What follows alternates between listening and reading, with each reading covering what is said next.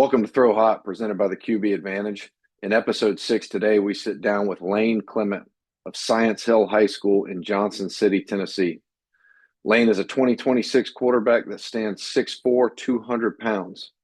In his junior season, he threw for 13 touchdowns, a little over 1,300 yards, and over 60% completion percentage.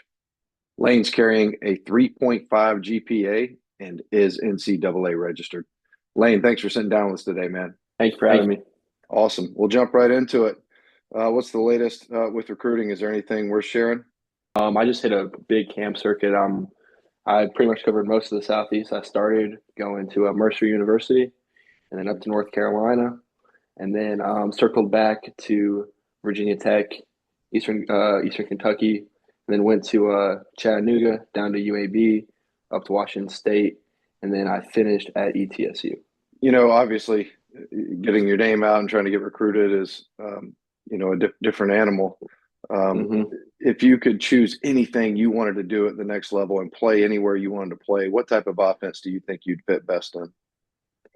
I'd say a spread offense. I've been running spread offense since youth. I wouldn't. I'm a very pro style guy. I'm not. I can run, but that's not. That's not what I want to do. I like to be able to, get the ball out to all my guys, and then also be able to, just show my arm. You know what I'm saying? Rolling left, rolling right. So I'd say spread offense. If you had to pick a certain part of your game that you feel is maybe somewhat sneaky or somewhat underrated, what do you think opposing coaches would say about you? I'd say throwing on the run for sure. I've always felt like I've been better throwing on the run, and mechanically speaking, throwing on the run really gets your hips and shoulders activated when you're throwing. So I've always been able to throw really well on the run. So I'd say that's one thing. What we kind of took from Oregon is their glance routes. So you'll have a backside X receiver and he'll run that slant. So when I get the ball, I can either throw that slant or I can roll out. So it'd look like I get it, I'd set for a second, and then I'd roll out to my right or left. Walk me through the footwork on that. So the footwork. So I always start with my left foot back, and then basically what I'm doing a rocker step, which is bringing my right foot back, and then I'm either throwing that, and if I'm not throwing that, then I'm pushing off and I'm getting out, whichever way it is. Let's take a look at some of your clips. Yeah, let's do it. All right, we're going to start here with a play action post. It's going to be a big post to the right side here.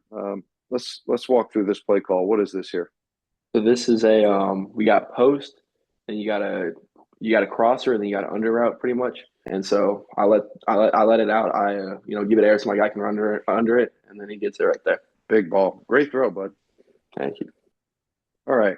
Right here we have some jet play action, and we're going to throw a little crossing route right here. I'm not sure if it's a tight end or not. Yes. That's my tight end. Okay. Walk me through this play. Whatever our backside read is, our guy has a crosser route pretty much. So right here, he's going to split these he's going to split that corner and that safety. He's going to run in the middle of them pretty much. So what I'm seeing right now is he's got one guy over him, and that corner's not going to have any time to get over to there. That corner's too far off to the numbers. So I hit him right, pretty much right in the middle of those two guys so he can run and make a play. And then, so that's my first read. My second read would be to the wheel. There we got you said halfback, that H-back we got right there? Right here? Yes, sir. He's wheeling out. So I'm going crosser to wheel to check down, kind of like that post. So I'm going deep all the way down I'm going deepest to my shortest route on that one. What goes through your mind when your coach calls this play? Honestly, first of all, great fake, because I think a lot of guys forget that, they want to be all quick with these fakes, and that's not how it works. If you really sell it, if you really selling this if it's a run, everything will open up so much easier. You don't really have a ton of footwork going on back there. You get to a good base. As I'm riding, I start my drop at the end of that fake, and I worked on that a lot over the summer, and so that's what I did on that play. That's exactly what you do, and the footwork is clean. You get to a good base, and I think that allows you to make pretty much any throw you want to make. Obviously, in this case, over the linebackers in front of the safety. I think that's third down. I can't really tell, but that's a big play. This next clip should show some athleticism. All right, this is going to be the scramble drill comeback. All right, and I'll play it from the top. How do you feel once you get to a particular point in the drop and you start to feel that maybe the coverage is determined you can't go where you want with the ball and you have to scramble? What does that feel like to you? So basically, honestly, if this was a different situation, I probably would have just hit that check down right there to my running back. But because I know that we're down by a score and this is third down and we got to convert, I got to do something. You know what I'm saying? And so when I feel that, honestly, I feel like broken plays are probably the most dangerous plays you can have, just because you have no idea what's going to happen. Right off the bat, you don't really panic, but you decide, hey, I have to get out of here, and then you make a strike on the run. That's just a great ball. You throw when your feet and your posture is ready, and that's just a missile. That's a great conversion on third down there for your team. All right, well, we'll jump forward to the 52-second mark, and what we're going to look for here is a little quick game. It looks to me like RPO hitch, and I'll let you Mm-hmm. explain that. All right, so basically, this is what we call a spot route. I am pretty much just picking on that outside backer. If it's cover three, then it'd be the strong safety. But I'm looking at that outside backer, and if he comes up, I'm banging that spot route right behind his fit, right behind his head. And if he Mm-hmm. stays or he doesn't really want to decide, I'm giving the ball every time. This is a strike. I think this is first down. I can't totally tell, but this is a strike. This is just basically executing your offense, and I think that's what I wanted to show here is, well, you can make great throws, but you can also run your offense. Well, nonetheless, it's good footwork and very quick trigger by you. You can see yourself mesh up and quick trigger it, really much so in a hurry. All right, here we're going to go play action. We're going to throw a little crossing route to the right with a little bit of touch, I believe, for a touchdown. Mm-hmm. Was Walk me through this play. so uh during this game, this was probably one of my better games I had my junior year. And it honestly just started to build. Like this was like later into the game, and like as we saw, like that first clip was the first drive of the game. Was that post I threw for a touchdown? That was the first drive Mm-hmm. of the game. And so I just built, like, I feel like when I'm confident like that, I can do anything. So going into this play right here, I'm looking for the touchdown. I think we were either going into halftime, or it was either short clock, or we needed a touchdown because it was like third and goal. And so right here, this is kind of that R4 concept. I'm spinning out instead of just like a true rollout.